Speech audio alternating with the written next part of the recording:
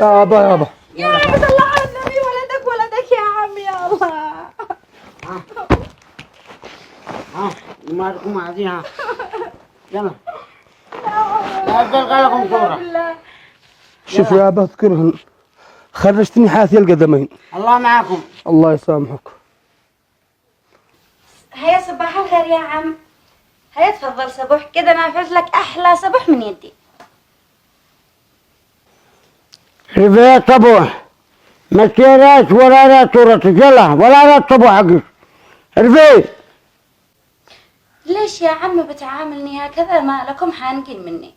ايش سويت انا قصرت في حقك ولا في حق ولدك ولا في حقكم كلكم؟ انا من يوم ما تزوجت وجيت عندكم وانا خدامه لكم كلكم. ايش اللي حصل؟ لا ما بتعاملوني هذا المعامله يا عم. شيلين لا اقول لك واخرجي الان مسيرة صورتك ولا صورة زوج يلا. للمي يا عم هكذا ما لكم؟ صلوا على النبي، اصطبحوا وما بش اي حاجه بين الناس. وزوجي مش مقصر معاكم في اي حاجه، مدي كل شيء لا عندكم. هنا لا تحتسبي علي، لا تحتسبي علي انتي. اقول لك شيلي صبوح ويلا لا رات صورتك.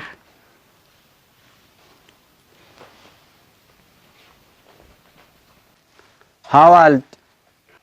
اهلا وسهلا، كيف ولدي؟ كيف تدي معي؟ تمام الحمد لله، انت كيف انت؟ نحمد الله ونشكره. انا اشتيك في موضوع. ابشر ابشر يا ولدي ولا تخاف. انا برسل لك زلط تصلح البيت وتعمره وتكمله، بس عندي شرط. ابشر.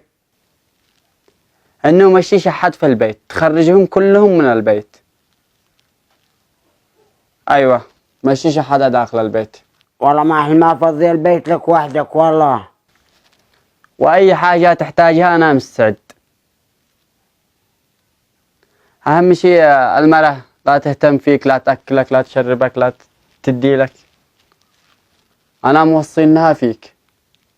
وانا اكل من يد مرتك اكل مثل العسل.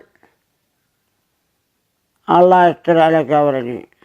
خلاص ابشر، انا بحول لك زلط كمشتك وانت كمل البيت. اهم شيء ان انا ما احصلش مخلوق خلقها الله داخل البيت.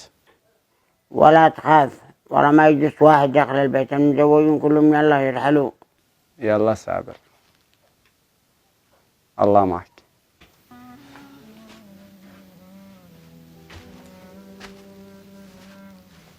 يا الله فرج علي يا رب العالمين. شوفي يا بنت عمي، انا عارف النبي مركز على شنو، ما لي علم ايش السبب. ابي اعتاد المرء ان انا كنت له من اول الفلوس كثير دحين قد قلت الدنيا والدنيا تدهورت، والان تعرف علينا مدارس للجهال وعلينا كذا وعلينا والبيت وانت تقدر تتحمل، لكن ابي مهما كان يا بنت عمي تحملي، ايش واحد يصلح. ابوك بالنسبه لي طيب ومعتبرني زي بنته، وما بش بيني انا وهو اي حاجه الا كل خير، ومحترمني ومقدر لي مثل واحده من بناته. بس يا مرة اشتي اعرف حاجه واحده، ايش السبب النبي مركز على شو علي؟ اكيد انت عامله حاجه، ليش لا تخفي عليها وتقول لي انا ابوك تمام، بس انا لا اشوف واسمع بعيني واسمع باذني والقى بعيني النبي مركز عليك. ايش السبب؟ ايش عملتي لبي؟ ما لكم يا عمار ذا الحين مكبرين الموضوع هكذا؟ عمي والله انكلم على قلبي مثل الماء، قدوا بمقامة ابي، وما بش بيني انا وهو اي حاجه. ليش انت بتطول المواضيع هكذا؟ وما لك دخل بيني انا وهو. بس بين ابصر انا بعيني، لا ابصر اديني الحقيقه اشبه، ابي مظنك انها عليا، لا خرج قد الدنيا مقدره عليها بسبب ابي، لا في حسي واصل يا مرة انا مستقين القول، ايش هي حاجه مغطيها بي؟ اصلا ده يكلمني يقول لي يا عم ايش مزعلنك، ايش حاجه؟ ايش السبب؟ اصلا تقدر تخترقي في عقله. ما فيش اي حاجه يا عمار، ما فيش داعي انك تطول المواضيع وتحركها. انت واصلها هكذا واصل، كل ما كلمت تقول ما فيش حاجه والمشاكل اليوم داخل البيت. انا زهقت من هذا العيشه حقك انت. السلام عليكم يابا، كيف انت؟ عليكم السلام. كيف انت يابا؟ اخ يابا هذه بقيت معلم يابا، الله يرضى عليك. خلي حقك معك، خلي حقك معك. ليش يابا؟ انت لا تطق المرأة ولا تمشي كيف مشتيها. ما انتش بعد ابوك. ما لو انت بعد ابوك ان انت بعد ابوك. شوف يابا ما قد قصرت معك عمري، وانت عارف ان انا اروح اشتغل، وانت عارف مدارس وعارف صرفة بيت كل شيء بك يابا. ليش لا تعاملني هذا المعاملة يابا؟ ليش قصرت معك؟ حبة الماء ما اشتريهاش، من البراد لا اروح اشتري اشرب. اباه الله يرضى عليك. والله العظيم يابا انقد الدنيا مقدرة فيني، كل ما ادخل وانت شاحر لا حال من يابا. انا اللي منعك، عطف علينا يابا، دعوتك يا والد. لا انت تحبني وتطيعني كل مرة تكبر انت وياها. لا تحاول معي. ايش المعاملة انت عاملني انا واخي الكبير يابا؟ انا اللي منعك، خف علينا شويه يابا خف. لا يا لين انتوا لا تصدقوا نسوانكم، انتوا بعد نسوان، وانا ثمي دي الحق بعد المرة. ما لو انت داير ان ابوكم معاكم ان انتوا رجال. شوف يا والد، والله العظيم انا اشوف ان مرتي طايعتنك اكثر من الناس كلهم، بس انت يابا عملت حاجات كثيره. خي الكبير راح ايجار، راح يستاجر في المدينه ايجار بسببك انت يابا. فرقت بيننا يابا، عدل بيننا يابا، انا اللي منعك. وانت بعده الله معك يابا. لا تفلت يابا، مش شفلتك يابا، انا اشتحس الدعوه الله لي الله لي الله معك. انت بعد مرتك الله معك، وهذاك وكان بعد مرته. انتوا حمران عيون طايعين طايعين. والله يابا شوف يابا، اقسم بعزه الله معذر ما نطيعك مهما عملت فينا، انا نطيعك يابا. يا الله منكم. طيب لو ايش السبب يابا؟ ايش السبب ان انا عاصرنك؟ مش حسيتك بيش؟ الحقوا بعد نسوانكم والله معكم. بعد نسوانا كلمة.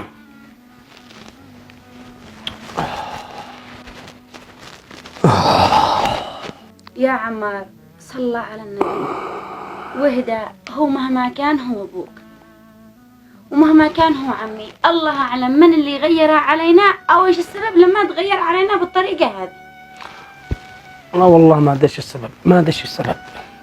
والله يا بنت عمي ما ادري ايش السبب. معاملني هذا المعاملة، ما كان مركز على ايش، وانا ما شفت منش اي غلطة، ما شفت منش اي غلطة او اي جرح لجهة الوالد. والله ما كان أحلى من قلبه وما كان أنظف من قلبه، لكن مدري إيش السبب اللي يوصل له. مهما كان إحنا عنا نتحمله، هو عمي وأبوك، ومهما كان قدوب بمقامة أبي، مهما سوى والله إنه على قلبي مثل الماء.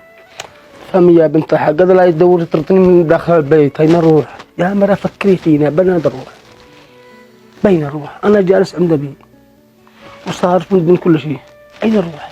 لابد ما تجي حاجة تظهر ونعرف ايش السبب تغيره علينا كامل. لا متى يا مرة، لا متى. انا ذحين والله قد انا شاني نفسي. ان دخلت ما على بديش الذبي، خلاص ابي يتغير قوي. انا كنت اشك فيش، لكن جيت وانت صفعة بيضاء. الصبر. خلاص معلش شنو هذا الكلام؟ معلش اعتصبر الدنيا. قومي تدور لنا حاجة، يلا معلش.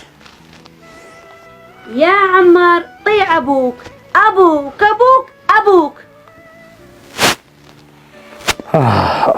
احنا طايعين يا مر، احنا طايعين. ايش عملنا؟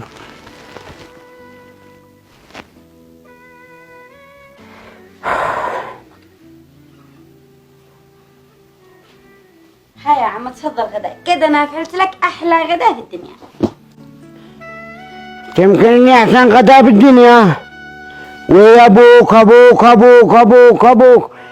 عرفت منزل اربش عيالي، عرفت. ايشو يا عم مالكم كلمة ابوك ايش اللي حصل؟ عرفت على حقيقتي شو قد سمعت لازمي. ابوك بدي اخرج هذا المسمم. يلا قومي اخرجي. والله قومي يلا عم والله العظيم قومي اخرجي. يطيع ابوك. الناقة انا سمعت لا ما والله قررني. انا كنت اقول له يطيعك يا عم. الناقة انا سمعت لازمي. قومي بدي اكلك. يلا قومي اخرجي من هنا.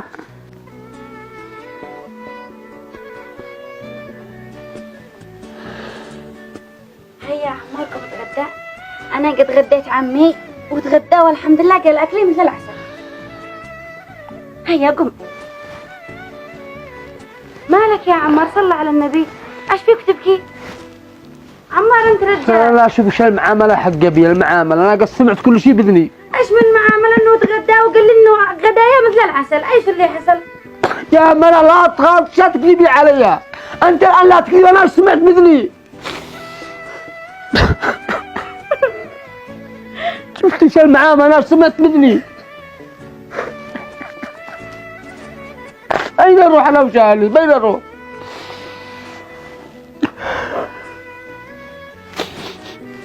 من ذوق هانا اخوانا هانا، بين نروح؟ بين نروح؟ لا معانا مأمى ولا معنا شيء.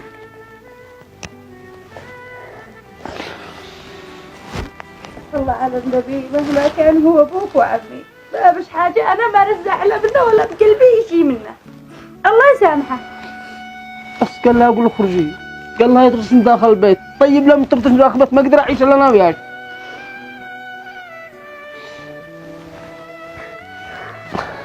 انت تقول لي اخرج، خلاص انتهت الدنيا لعبه. حبيبي خرج من البيت وانت متحمله طول السنين ما تكلمينيش ولا حاجه. انا ما سمعت اليوم، لا ما سمعت باذني. خلاص في هذول.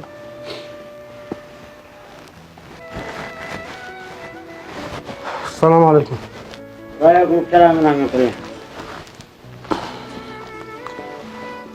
شوف يا ولد الله يرضى عليك، ليش تك اطلق مرتين اطلقها؟ علشان ارضيك يا ابا. لا تطلق يا ولدي ولا تطلق، اخرج لك من البيت وخلاص. كان ايش اعمل؟ ليش اخرج من البيت يا ابا؟ اخرج لك. طيب ايش السبب؟ هذا انت ولدي، والله ما مع ابوك الا طلقه ولا معي بنت الناس. اخرج لك، اقول لك اخرج لك.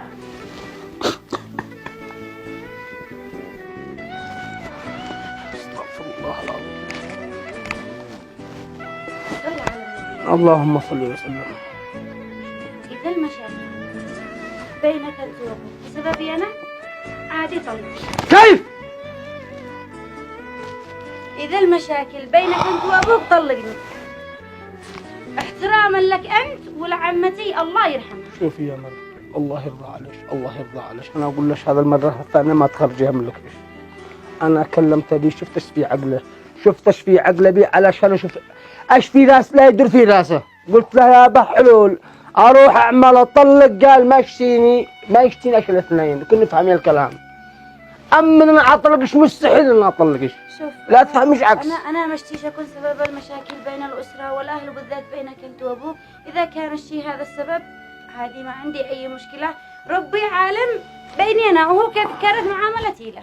أنا ما أخطيت في حقه وهو الله يسامحه دنيا وآخرة، بس مشتيش أتحمل بظلمك أنت وأبوك إذا كنت أنا السبب الزعل. أنت أبي دور يخربه وأنت تدوري تخربي البيت حقي.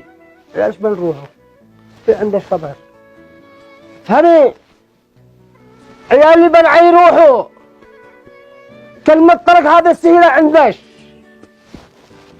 أنت تفهم أطلقش. ما نقالش أنا أطلقش.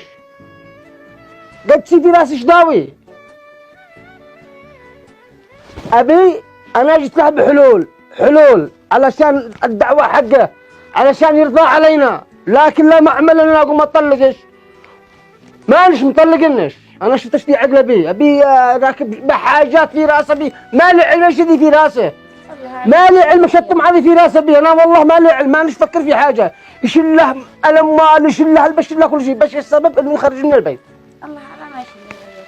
خلاص هذه طيب ويش الحل يا عمار؟ لا نفعل نجلس هكذا. خلاص اسمعي، اذا بمصمم على هذا الشيء أن نخرج دورنا بيت إيجار. وش نعمل؟ أبي ما يشتش داخل البيت، أبي طردنا خلاص. يشتش لما يقتلني، أبي تهددني خلاص. نخرج ندور لنا إيجار ورب العالمين يفتح علينا، بس إحنا ما ننساش. شوف يا عمار، أنا بنت الدور والقصور، لو يحصل مهما حصل لو أسكن معك حتى في جر، وإنش تقدر جيت تكون معانا بيت أهلي عادي، ما بش أي مشكلة. لا بيتكم لا، بيت نسيب ما أدخش هناك مهما كان، نقعد عليهم. شوفي يا مرة انت تجي معي جيتي ما بش رحتي بيت ابوش، انا ما اقدر اجبرش فيها اي شيء. والله ان رجلي برجلك نخطى سوا على الحلوة والمرة. ما ليش مفلتتك يا عمر؟ أنت أبو جهل. شوفي يا بنت عمي، أنت معدنش ذهب، وأنا عارف إنش من البداية أنت متحملة أبي علشاني، وأنت بنت الحسب بالنسب، وأنا عارف إن أنت وفيها معي، وأنا عمري ما عاد أخونش ولا عاد أفلتش. تغدوا تبون نتغدى يا عم؟ مالك صلى على النبي. تغدوا جالسين تنوا على أكل لا تديلي. لا شو أكله يا عم مالك؟ تغدوا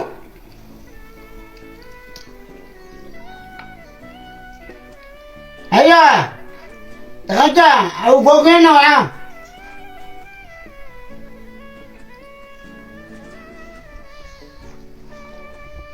الجيل. أنا شعبان الحمد لله. شو تتغدى يا عمر؟ والله ما أدري ما تغدى. هذا تغديت هذا والله ما أدري ما تغدى. شو تتغدى يا عمر؟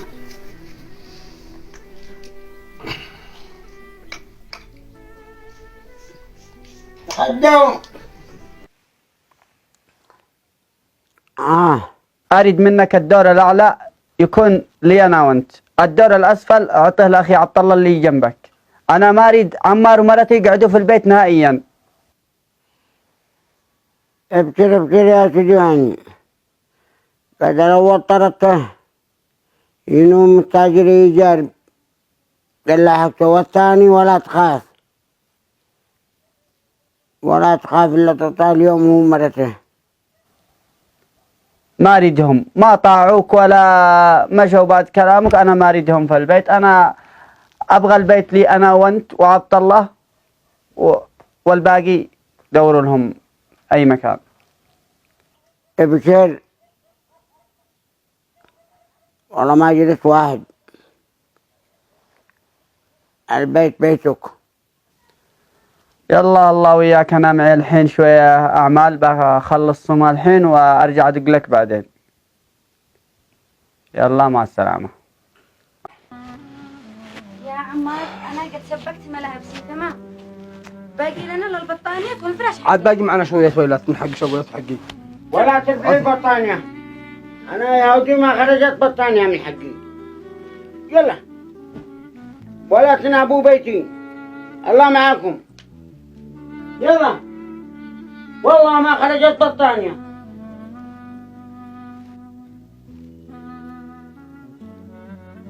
يلا اخرجوا، يلا بعدها.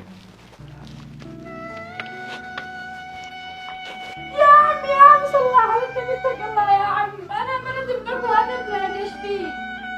يلا يابا يا عم صلى الله على النبي، ولدك يا عم يا الله. ما لكم عاديها. يلا لا تلقى لكم صورة. شوف يا أبا اذكرهن، خرجتني حاثي القدمين. الله معاكم. الله يسامحك. خلاص يا مرة لا تحكي ولا حاجة شيء.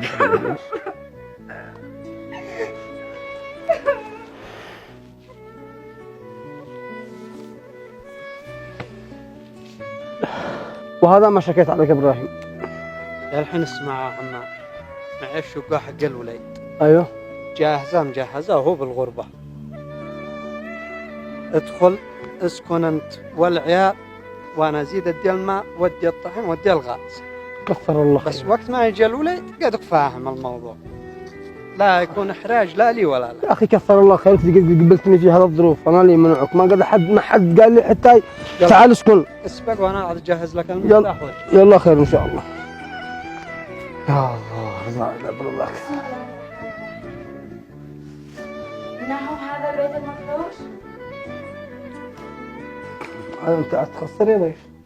هذا إبراهيم ادى البيت من حق هالبيت من الشقة حقهم، قال بس وقت ما يحتاج عيش للبيت حقه نخرج، فهمي الكلام. طيب افرض يحتاج بيته بعد يومين 3 أيام، بيت عادي. ما نصير احنا. اسمعي الكلام، رجال قد عبناه غاز، الطحين موجود، كل شيء موجود، فهمي الكلام، رجال محترم. بيض الله وجهه، ما قلناش حاجة، بس افرض يا عمار يحتاج بيته خلال هذا اليومين ولا 3 أيام، أنا عن نسيت احنا ايش حنسوي وقتها؟ كون اعمل حسابك للي فيما بعد. الآن هذا انت موقف. احمد يا الله لي كذا رجال قبلنا ابي طردني من داخل البيت، فهم الكلام رجال قبلنا في بيته، انت تقلبي علي العله تيل الركزه فيكن حياها الله. غاز موجود، طحين موجود، كل شيء موجود، قال نعمل كل شيء، قوم اعمل لي غدا وانت تبصري الامور، لا تجعل الدنيا هكذا حالطمه. ان شاء الله. وبعدها يا مرقد معنا هذا الطرحه وعايزين يدنا بطان يا شاء الله ينام ورجزعنا ويفتح الله علينا، احنا ما عصيناش. ان شاء الله خير. خير إن شاء الله. على الغداء وانت والمام ها الخزان مليان، لا تعال الخزان مليان. يلا بالخير. عليك انت ابوك فلت شوف يا محمد والله العظيم قلت لك عارف اني طرت من البيت خلاني خرجت حياتي القدمين بس. ولو طرطش الطاعة عشرة الرز والرز دي عليه او من طرطها ابو ما عاديك خير ليه. خير ان شاء الله خير. ايوه وبه نفسك بعدها يجي ولدك يفعلك مثل ما فعلت ابوك نفس الدقه. له سر ويلا عنده وما معاش معك حاجه ديت له وابدا عليه ووالد بقلبه رحيم. كلام هذا نصيحه ياخذها مني ها. الله يعطيك العافيه. الله معك. الله مع السلامه. الحين افتهم لك يا عمار في كيف الخبر. الرجال ولده جاي من الغربة ومحتاج البيت وانت جالس انا هستحى منه قدر بمن وطرحك استحى. الحين انا عاد اقول لك كيف الخبر. ان جاء الرجال جاء ولده مع العزيز يقول لك انت تقبل وبزلك شقتي. تذكر يا عمار كلمتي قبل سنة ونص ايش قلت لك؟ أول ما دخلنا قلت لك يمكن يحتاج الشقة ويجي لها. الحين ما فيش حاجة هالدنيا طيبة. إذا جاء جيت لك تبز شقتي وأنا يلا قدنا هذا المنك. على دمي هذا بيش كذا حق نجي عند أطمطر كلنا أطمطر أصلا يا محمد. عليك سنة قال لا قعدنا والوالد لما وصلنا أنت هقبل مع نخليكم في الشارع عنقاد.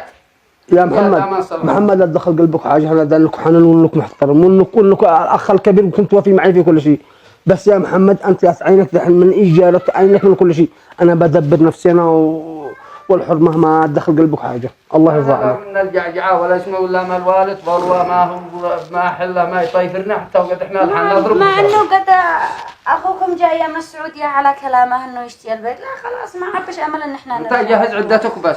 جهز عدتك والحين ما جاء قد بجاهز. والله نحن مجهزين شنطة يوميا وإحنا طرحناها هناك في المعلاق، إحنا عنا الحل، لا تفكرش إننا رايحين في عيشة الله خير الله قد واحد. بس الرجل وفي معانا عملنا ما عمل شيء بيسع اللي عمل لي إبراهيم الدلبي. أنا أدانا الله أب مستميت والله ما هم خلينا حالنا حتى لو نسرح الهند إنه لاحق للهند. قم ننتج على أنفسنا عن ضل جالسين. هاجس لنا نتغدى احنا يا كافي. انا افضلك. قوم ادي غدا قوم ادي له. الله يحفظك اتغديت. السلام عليكم يا والد. يا هلا مرحبا. وجمعة مباركة. تأخرنا عليك بالزيارة. ايش؟ وش قدك؟ الله جيت ازورك اجدد داني. جيت ازورك واسلم عليك ودي مسك اول بخر جيب اول بعدين تحت هيا هات. او قد الدور تامك بالبيت. لا ولا سهمي ولا شيء بس انا اشتي اقول لك حاجه يا ولد. والله انك عدمت عمار ومرته انهم كانوا معك تمام يعني كفينا قد ضبطنا لك عاد فلحقت الباقي. عبدتهم. كيف عبدتهم؟ عبدتهم. هذا الشيء انا جيت خذن واسطه اليوم. انا جيت واسطه انا جيت اديت لك زلط وابصرك ووكل لي على الله ما بشي. الله معك. هكذا طوالي. خيرك الله لكن عاد ادي لك كلمه من الاخير والله انك عدمت عمار مرته. وش الله منه قد انا عاصي لا تقول بس عدمت الطائعين ولا ما انا خاطرك عاد كل اجي لك كل جمعه ما بلتك. الله معك. الله يفتح عليك يا الله. والدها من جاب على غدا؟ مرت سامة ويني؟ بالمطبخ يا ولد. والله يا ولدي إلا قدو لجلي سامة ولا معك المرة عمر إنه ثاني. كيف يعني أكل مرة عمر أنت لا تقول إنه مسمم؟ يا ولدي أنا لا أدور علشان أوسع لكم البيت لك أنت وأخوك لا أدور أخرجهم من البيت. يعني أنت لا تحب أكل مرة سامة من أجل سامة خيدي؟ ما أشتيش من أكلها والله لا لجل زوجها نفسي مسبيك أطرب والله يا مرة عمر ما مثل أكلها إلا اشتي وسع البيت أطرتهم ووسع البيت لك أنت وأخوك. بتهم نطرتهم. ولا تخاف، قل احنا في العمل. ارفع ارفع يا ولد، ارفع ارفع. يعني مشتاق. ما حشتني ولا ما حشتني، ليش نقول لي كامه. ويوم ردين سلام ده احنا افدر واطلع وقول قد ابي اكل هذه، ها خلاها قد يلاحظ قد. يلا ارفع كذا. الله يحفظك. قالوا معك 4 أولاد، 2 ظالم منهم و2 مو بولهم. اتق الله في نفسك. أولاد شوف قل لا إله إلا الله. الذي يفرق بين أولاده ما هو كويس. أنت جعلت سبب المشكلة وسبب كل شيء. ما عليك الذي هم مرتاحين، الذي هم مرتاحين. امسك بالضباعة ولو تفرق بين أولادك. ولدي الطايع. أين هو الطايع؟ الاثنين الطايع، واحد بالغربة وواحد أنا عندي. الله أكبر، لا حول ولا قوة إلا بالله. على الله بس. يلا على الله، الله يستر عليك. والله يا ولدي إن أكل مرت عمار عسل. وأقسم بالله إنني لا أكل من يد مرت تامه نار نار. لا قدوا لي لزرت يا ولدي. كلام يا ولد كلام. ولا ما أكل مرت عمار إنه عسل. إلا لجل غلط ولجل فتح لك أنت أخوك البيت. هدوه هذا. جاوع والله أنا جاوع. عطر كل وعطر ما كل. الله بحمد. أنا دور كيف نصلحكم.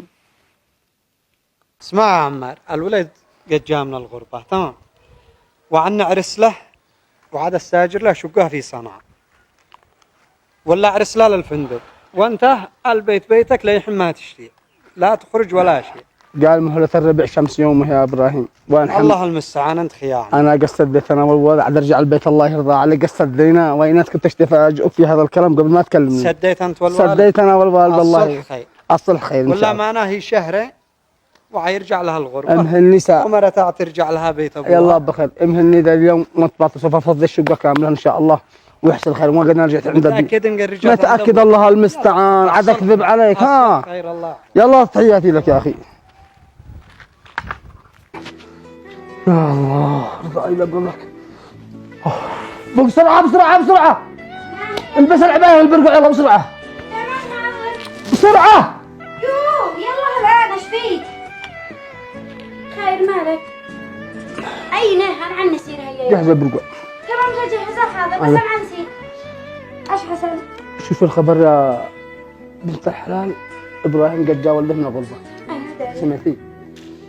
والآن اشتي عرس ولده في الفندق. فهمتي؟ في الفندق. واحنا ما نخش عرس في الفندق. الرجال قد فتح بيته ودلنا الماء ودلنا العونة ودلنا كامل الدقيق كل شيء. لكن ايوه الآن نخرج. وين عن نسير يا عمار؟ عن نخرج. انسي بيت اهلك، انسي انا مش داخل بيتكم. طيب انا عن نسير يا عمار ايش فيك؟ اوه خلاص انت روحي لك بيت ابوش. اها. وانا عاد اروح لي بالمارة. ما انا لازم فلتك. خلاص انت بعدي. عن نخرج الحين الا عن نسير فهمني. سمعي ايش الصدق؟ الحقيقة عاد اروح لي ديمة المحرس. ديمة المحرس يا عمار؟ ايش اعمل؟ ما لقيت الا ديمة المحرس. بين اروح بيتكم احسر عند نسيبه اقعبي على داخل البيت. سابك ما توقعش عيلة عليهم يتحملونها فترة ما فيش حاجة ما يتكلموا شيء. لا والله ما ادخل بيت احد. ابي يخرج من بيته يقول هذا رجع عند نسيبه. لا انت ايش تجي معي جيتي ما تشتري روحي قفا عنده بس مش مشكلة. انا ما اضغط عليك ولا في حاجة. انا صابر معك من البداية ما عاد اجي شغلتك بنهاية المطاف. ايش اللي عيبهم؟ يلا بالخير يلا. يلا بسم الله. ايه يا عمار ما شاء الله. ولا عادوا اشتراني.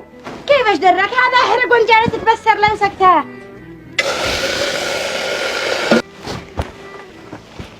خلنا عينش خلنا عينش. شوفوا من عندك. شوف طول عنارة. انتبه وجهك.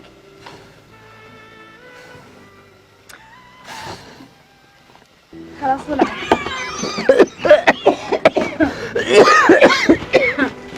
وإذا الصحن غطيه مثل الأكل امتهد الأكل رماء. عدي احنا عدنا. ايوه إن يوم وانت تعذبي يا خرا. ايش اسوي يا عمر؟ حسبي الله ونعم الوكيل.